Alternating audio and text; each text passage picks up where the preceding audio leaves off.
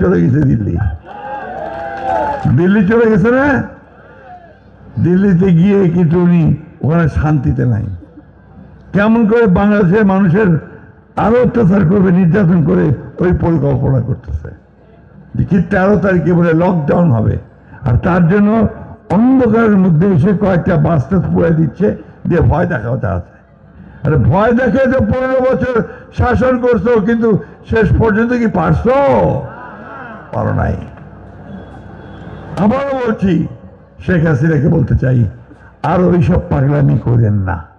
টানা তৃতীয়বার অর্জন করেছে দেশের সেরা সুপার ব্র্যান্ড স্বীকৃতি বসুন্ধরা টিস্যু।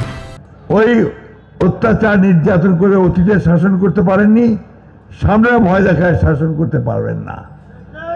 বরঞ্চ বাংলাদেশের জনগণের সামনে 2 হাত তুলে মাপ চান, বলেন যে যা করছি ভুল করছি, ছেলেগুলোকে গুলি করে মারছি, ভুল করেছি, আমাকে আপনারা মাফ করে দিবেন। কেউ বাদ যায়নি ভাই। এই যে ছোট্ট ছোট্ট বাচ্চা, নারী, ছেলেরা আমাদের, তাদেরকে গুলি করে পাখির মতো গুলি করে মারছে। একটা বাচ্চা মেয়ে, সে জানলা ধরে আসছে, কি দেখতে গেছে, মিছিল দেখতে গেছে, ওকেও গুলি করে মারছে। এই সহিংসতা সে করছে।